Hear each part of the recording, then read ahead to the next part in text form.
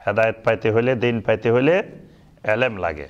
লা ইয়ালামুন হইলে হেদায়েত পাওয়া যায় না, সিরাতে মুস্তাকিম পাওয়া যাবে না, সঠিক দিন পাওয়া যাবে না, তাওহীদ পাওয়া যাবে না, সুন্নাত পাওয়া যাবে না যদি কেউ লেখাপড়া না করে, না জানে, না বুঝে। যদি কেউ বলে আমি কিচ্ছু জানি না, কিচ্ছু বুঝি না, হুজুরেরা যা কয় তা, ইমাম সাহেব যা কয় তা, বাস, এই লোক জীবনে হেদায়েত পাবে না।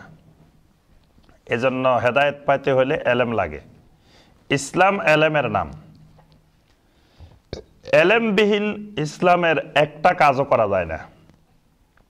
ওযু করতে গেলে এলেম লাগবে, গোসল করতে গেলে এলেম লাগবে, তায়াম্মুম করতে গেলে এলেম লাগবে, নামাজ পড়তে গেলে এলেম লাগবে, রোজা রাখতে গেলে এলেম লাগবে।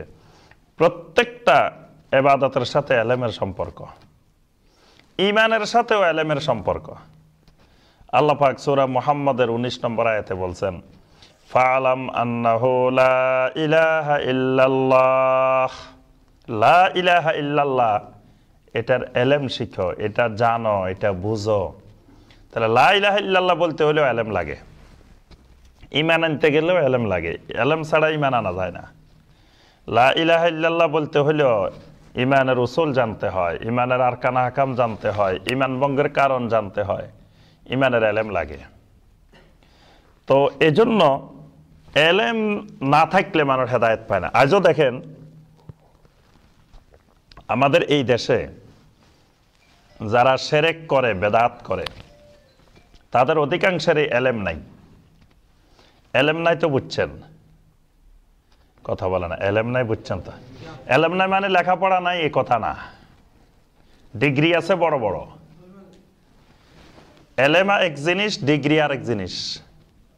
মানে পিএইচডি ডিগ্রিও থাকতে পারে, অনেক বড় বড় আন্তর্জাতিক ডিগ্রিও থাকতে পারে। আবু জাহেলেরও এরকম বিশাল জ্ঞান ছিল, কিন্তু আবু জাহেলকে আল্লাহ রাসূল সাল্লাল্লাহু আলাইহি ওয়াসাল্লাম বলছে সে আবু জাহাল, মূর্খতার বাপ, মূর্খতার নেতা। তার অর্থ এই নয় যে লেখাপড়া জানে না, লেখাপড়া অনেক জানে, সে বড় বুদ্ধিজীবী, কিন্তু তার কাছে এলেম নাই। এলেম হলো ওই জিনিস, যেই জিনিস দিয়ে তাওহীদ চেনা যায়, সুন্নাত চেনা যায়, আল্লাহকে চেনা যায়। আল্লাহকে চেনার যে জ্ঞান, নবী সাল্লাল্লাহু আলাইহি সাল্লামকে চেনার যে জ্ঞান, এই জ্ঞানের নাম হলো এলেম। এই এলেম যদি কারো কাছে না থাকে সে হেদায়েত পাবে না। এই জন্য আল্লাহ পাক কোরআনে কারিমে অসংখ্য আয়াতে এই কথা বলছেন, ওয়ালাকিন্না আকসারাহুম লা ইয়ালামুন। এই জন্য যারা এলেমবিহীন বসে থাকে, যারা নিজেরা একটু চিন্তা ভাবনা করে না, আকল খাটায় না, তারা সারা জীবন শিরকের মধ্যেই থাকে, বেদাতের মধ্যেই থাকে। একটু যদি জানার চেষ্টা করে, বোঝার চেষ্টা করে, বিবেক খাটায়, তখনই তার চোখ কান খুলে যায়, হেদায়েত পেয়ে যায়। আমরা কিন্তু জনগণকে চোখ কান খুলতে দিই না। আমরা চাই জনগণ চোখ কান বন্ধ করে রাখলে সুবিধা, জনগণ চোখ কান খোলা রাখলে আমাদেরই বিপদ। কারণ চোখ কান খোলা রাখলে আমাদের কাছে দলিল চায়, তখন আমরা বেকায়দায় পড়ি। এটারও দলিল চায়, এটার দলিল চায়, এটা কই পেয়েছেন, এটা কই পেয়েছেন, এটা কোরআন হাদিসে আছে কিনা। জনগণ কিছু না জানলে চুপচাপ, আমরা যা কমতা। আমরা যদি বলি যে এখন দিনের 7টা, সূর্য উঠতেছে, কবে হ্যাঁ সুবহানাল্লাহ, দেখো আমাদের হুজুরে দেখছে এখন পূর্ব দিক থেকে সূর্য উঠতেছে, অথচ এখন একটু আগে সূর্য ডুবছে। হ্যাঁ, এখন যদি কোন না হুজুর আপনি কইছেন যে ঠিক না, এখন তো মাত্র ডুবলো, কই সূর্য দেখাই দেন, তাহলে বিপদ না? এজন্য চোখ কান খোলা রাখাটাই বিপজ্জনক। এজন্য মানুষকে ধোঁকা দিতে হইলে, প্রতারণা করতে হইলে এই জন্য চোখ কান বন্ধ রাখতে হয়, এদেরকে বোকা বানায় রাখতে হয়। এই জন্য কোরআন খালি তেলাওয়াত করবেন, খবরদার কোরআন বুঝার দরকার নাই, তাফসির পড়বেন না, অনুবাদ পড়বেন না, হাদিস পড়তে যাইয়েন না। হাদিস পড়তে গেলে গোমরা হয়ে যাবেন, নাউজুবিল্লাহ। অর্থাৎ জনগণের চোখ কান খোলা যাবে না, চোখ কান বন্ধ রাখতে হবে। তাহলে আমাদের ধর্মকে নিয়ে ব্যবসা করা, ধর্মকে নিয়ে সাজায় বাজার বসানো, এগুলো সহজ। কিন্তু জনগণ যদি একটু এলেম শিখে, একটু জানা বোঝার চেষ্টা করে, তাহলে হেদায়েত পাওয়া একেবারেই সহজ।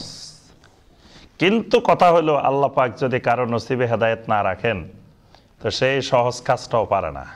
এজন্য আমি দেখছি অনেক মানুষ 2 2 4 এটা বুঝে না, কয় 2 2 5। এরকম সমাজে অনেক মানুষ আছে দেখবেন, যে সহজ জিনিসটাও বুঝে না, 2 2 4 হয় এটা বুঝে না, কয় 2 2 5। তখন আফসোস লাগে কি রে, লোকটা এত সোজা একটা অঙ্ক এটাও বুঝে না। অর্থাৎ আল্লাহ পাক তাকে বুঝার মতো জ্ঞান দেন না। এই জন্য হেদায়েত আল্লাহর রহমত। হেদায়েত পাইতে হইলে অনেক জ্ঞান দিয়েও হেদায়েত পাওয়া যায় না, অনেক বড় আলেম হইও হেদায়েত পাওয়া যায় না। আলেম হওয়া মানে হেদায়েত পাই গেছে তা না। হেদায়েত ভিন্ন জিনিস, আর জ্ঞান শিক্ষা ভিন্ন জিনিস। পৃথিবীতে অনেক ইহুদি আলেম আছে, বড় বড় আলেম, অনেক খ্রিস্টানের বড় বড় আলেম আছে, তারা এমন এমন বই লিখছে, আমরা এই সকল বই পড়তেও কষ্ট হয়, কিন্তু তারা বই লিখছে। অথচ তারা ইহুদি ছিল, তারা খ্রিস্টান ছিল, তো তারা এত এলেমওয়ালা কিন্তু ইসলাম গ্রহণ করে নাই।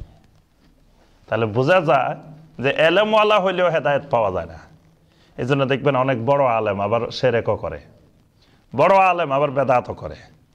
তার অর্থ হইল, এই জন্য শাইখুল ইসলাম ইমাম ইবনে তাইমিয়া রাহিমাহুল্লাহ বলছেন, বড় আলেম মানে শিরক মুক্ত বেদাত মুক্ত তা না।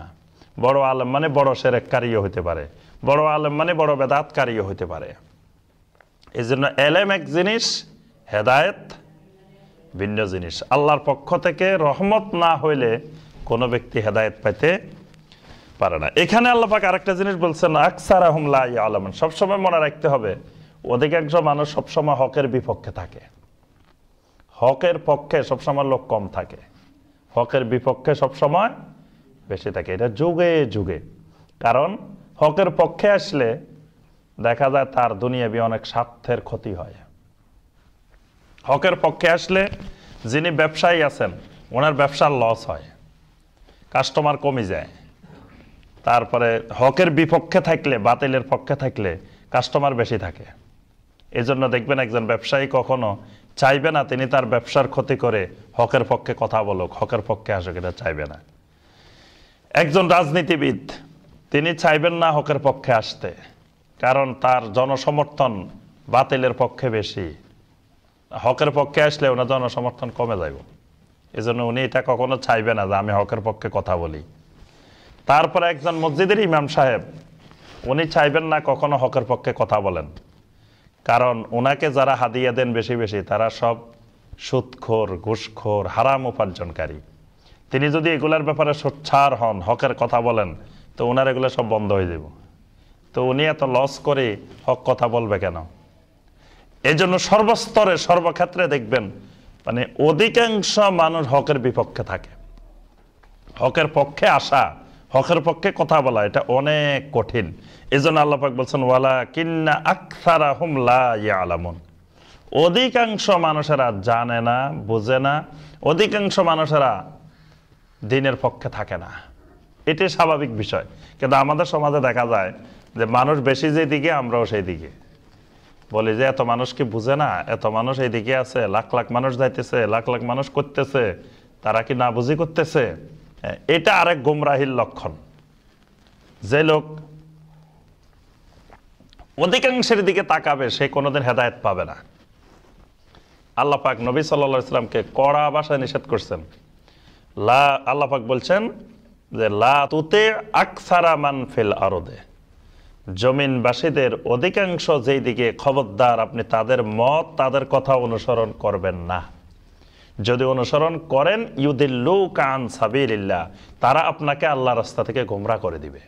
অর্থাৎ অধিকাংশ মানুষের মত মেনে নিলে আল্লাহর রাস্তা থেকে গোমরা হয়ে যাবে।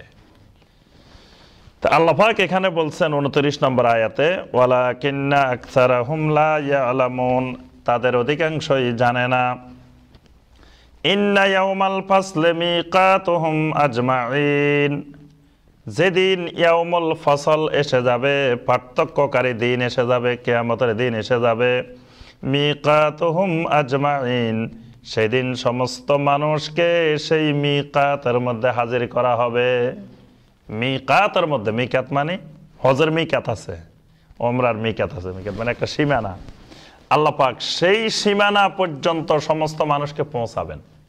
মানে খেলাধুলার মতো চাইলেও আর আল্লাহ এখন কিয়ামত বসাই দিল। তাহলে এরকম মানে দুনিয়ার মানুষ চাইবে আর কিয়ামত শুরু হয়ে যাবে, বিষয়টা এরকম না। একটা মিকাত আল্লাহ পাক নির্ধারণ করে রেখেছেন, ওই নির্ধারিত সময় আসার আগে আল্লাহ পাক কিয়ামত বসাবেন না। ইয়াউমা লা ইউগনি মাওলান আম মাওলান শাইআন ওয়ালা হুম ইউনসারুন, যেদিন এক মাওলা আরেক মাওলার থেকে কোনো কিছু উপকৃত হবে না, যেদিন কেউ কাউকে সাহায্য সহযোগিতা করতে পারবে না। কিয়ামতের ময়দানের একটা গুরুত্বপূর্ণ পরিচয় হলো সেদিন একজন আরেকজনের কোনো উপকারে লাগবে না, একজন আরেকজনকে সাহায্য করতে পারবে না। কিন্তু দেখেন আমরা আমাদের সমাজে কত মানুষ একজন আরেকজনের আশায় বসে থাকে যে অমুকে সুপারিশ করব, অমুকের রশি ধরলে, পাগড়ি ধরলে, অমুকের কোমর ধরলে, অমুকের খেদমত করতে পারলে তাহলে সুপারিশ করে কি আমাদের দিন জান্নাতে নিয়ে যাবে। আল্লাহ পাক স্পষ্ট করে বলতেছেন, লা ইউগনি মাওলান আম মাওলান শাইআ, সেদিন এক মাওলা আরেক মাওলার কোনো উপকারে আসবে না, কোনো কাজে লাগবে না। এখানে মাওলা মানে দুইটা অর্থ, একটা হলো গোলাম, গোলামকেও আরবিতে মাওলা বলা হয়। এক গোলাম আরেক গোলামের কোনো কাজে লাগবে না। তাহলে আমরা যাদেরকে আল্লাহর ওলি বলি এরা কারা? আল্লাহর গোলাম না? সেও আল্লাহর গোলাম, আমিও আল্লাহর গোলাম। এক গোলাম আরেক গোলামের কিয়ামতের দিন কোনো কাজে আসবে না, কারণ সেও আল্লাহর একজন গোলাম, আমিও গোলাম। গোলাম গোলামেরই কি করতে পারে? গোলাম গোলামকে কোনো উপকার করতে পারবে না কিয়ামতের দিন। আরেকটা হলো এখানে মাওলা মানে বন্ধু। এক বন্ধু আরেক বন্ধুকে কিয়ামতের ময়দানে টাকা পয়সা দিয়ে, আমল দিয়ে কোনোভাবে সহযোগিতা করার উপায় নাই। এই জন্য নবী সাল্লাল্লাহু আলাইহি সাল্লাম ফাতেমা রাদিয়াল্লাহু তাআলা আনহাকে ডেকে বলছেন, ইয়া ফাতেমা আনকিজি নাফসাকে মিনান নার, হে ফাতেমা তোমার নিজেকে নিজে জাহান্নামের আগুন থেকে বাঁচাও। ফা ইন্নী লা আমলিকু লাকুম মিনাল্লাহি শাইআ, কারণ কিয়ামতের দিন তোমার যদি কোনো বিপদ হয় তোমাকে আল্লাহর কাছ থেকে বাঁচানোর ব্যাপারে আমার কোনো ক্ষমতা নাই। লা আমলিকু লাকুম মিনাল্লাহি শাইআ, আমার কোনো মালিকানা নাই। শাইয়া মানে বিন্দু মাত্র ক্ষমতা নাই আমার কিয়ামতের দিন তোমারে আল্লাহর কাছ থেকে ছুটাই নেওয়ার। আবু তালেব এত জান প্রাণ দিয়ে বাতিজাকে সাহায্য করছে, সে আবু তালেবকে নবী সাল্লাল্লাহু আলাইহি ওয়াসাল্লাম ছুটাই নিতে পারবেন না। তারপরে আরো কত আত্মীয় স্বজন, কত লোক নবী সাল্লাল্লাহু আলাইহি ওয়াসাল্লামের আছে, এদেরকে নবী সাল্লাল্লাহু আলাইহি ওয়াসাল্লাম ছুটাইতে পারবেন না। স্বয়ং নিজের মেয়েকে বলতেছেন যে মা তুমি তোমার নিজেকে নিজে জাহান্নামের আগুন থেকে বাঁচাও, আমি তোমাকে আল্লাহর কাছ থেকে কিছুই করার মালিক নই। যেখানে নবী সাল্লাল্লাহু আলাইহি ওয়াসাল্লামের এই বক্তব্য, তাহলে পৃথিবীর আর কেউ কাউকে বাঁচানোর ক্ষমতা কিয়ামতের ময়দানে নাই।